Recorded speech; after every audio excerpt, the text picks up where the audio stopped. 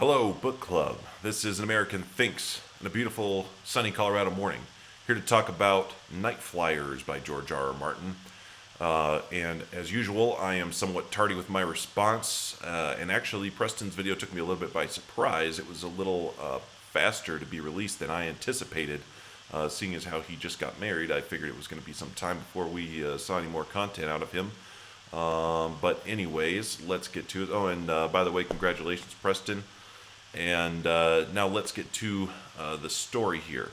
Now, thematically, this came across very similar to me as Men of Greywater Station and Plague Star and so forth. And Preston mentions those, but I'm not saying just because they involve orbital bodies being mentioned in the story.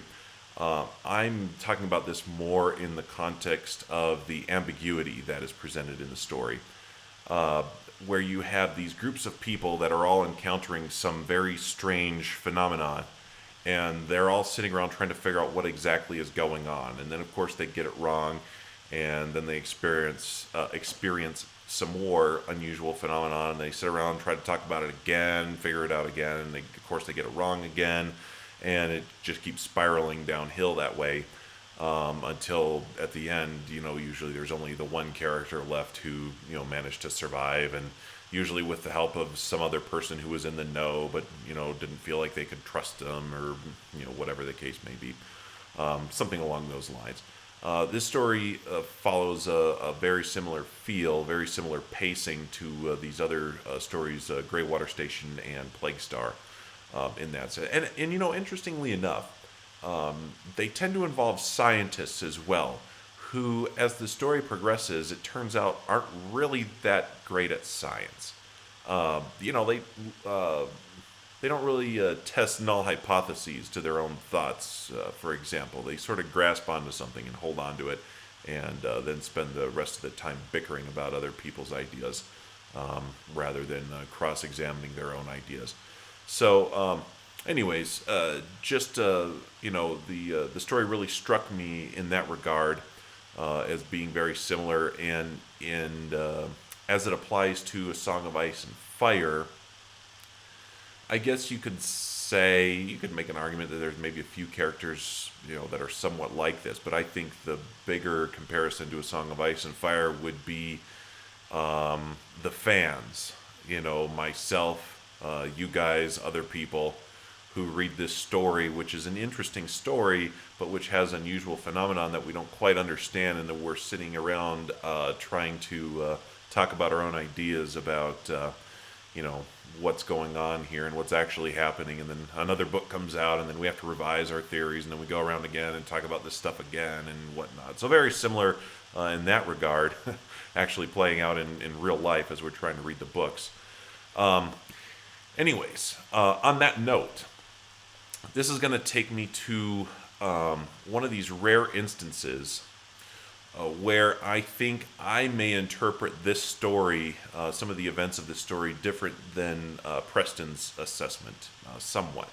Now, Preston, in his review, he seems to think that the automation of the dead bodies and Nightflyers is accomplished by telekinesis from the evil mother character. And I think I agree with that assessment. But then he goes on to say that this may be an analog for the whites in Song of Ice and Fire. And I think my opinion is a little different. Because as we read A Song of Ice and Fire, we see that the whites have blue eyes. And some POV characters seem to believe that the whites still have some personal memories. Like they look at, I think it was Jon Snow's scene. I didn't go and reference this. But I think the whites, it looks at him and seems to recognize him. I think that was Jon Snow's scene. Somebody correct me in the comments if I'm wrong. And the whites also seem to move more fluidly. Their movements are more accurate. Whereas the automated bodies and Nightflyers, they don't have these traits. They don't exhibit these traits. At least not that the POV characters that we're reading through seem to recognize for us. So if pressed, of course this is very little information to go on, and it's hard to say conclusively one way or the other. But if pressed, I'd say that the whites in A Song of Ice and Fire are inhabited bodies, while the bodies in NIghtflyers are being manipulated by telekinesis. Again, plenty of room here for me to be wrong. And if you have any other thoughts on this, obviously leave them in the comments below. And finally, I think thematically there's some similarities between. Let's take it in broad strokes here. If Royd is symbolic of the good telepaths or psionic, telekinesis people, whatever, people with these mental abilities. If he's symbolic of the good, then we could relate him to the children. And if the scientists are symbolic of the bumbling idiots who think they know everything but really know nothing, then they could be related to the humans in A Song of Ice and Fire, which means that the evil mother character would end up being symbolic of the others. And by implication, this means that the others must be related to the children somehow, and I think, everybody's been theorizing this for a long time. It just, sort of intuitively makes sense. But I think another thematic similarity here, if you look at those various traits and paint it in broad strokes, here in NIghtflyers it's represented by individual characters, whereas in A Song of Ice and Fire it's represented by groups. But I think these similarities hold somewhat true for the themes of the story, and by implication as well. That means that when this final confrontation with the others, the new battle for the dawn, whatever you want to call it, what seems to be building up here for the last couple books, if these themes hold true, then only a small fraction of the population, the human population, is going to survive this final battle. And I think that this holds well with this bittersweet ending that George R. R. Martin has sort of alluded to for A Song of Ice and Fire. And one last thought here, which I really don't have, I don't have a lot of comments on for this video, but Preston mentions gravity affecting the telekinesis at the very end. Or at least that's what one of the characters that we read theorizes, and seems to hold true from what we can observe through their scene.